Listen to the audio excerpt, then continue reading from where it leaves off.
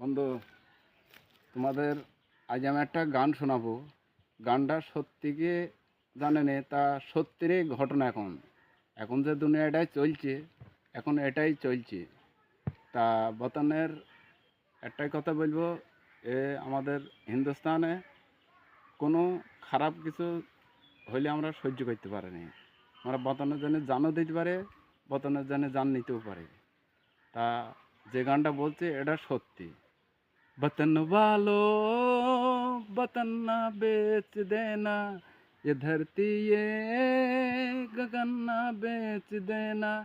शहीदों ने जान दी है वतन के वास्ते, शहीदों की कफन ना बेच देना। वतन वालों वतन ना बेच देना।